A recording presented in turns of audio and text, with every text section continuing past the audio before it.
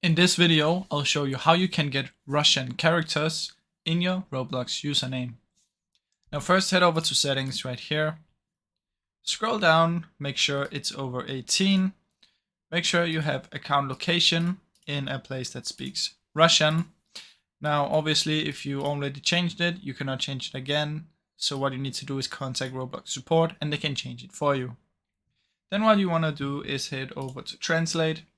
Get some Russian characters, click on change name.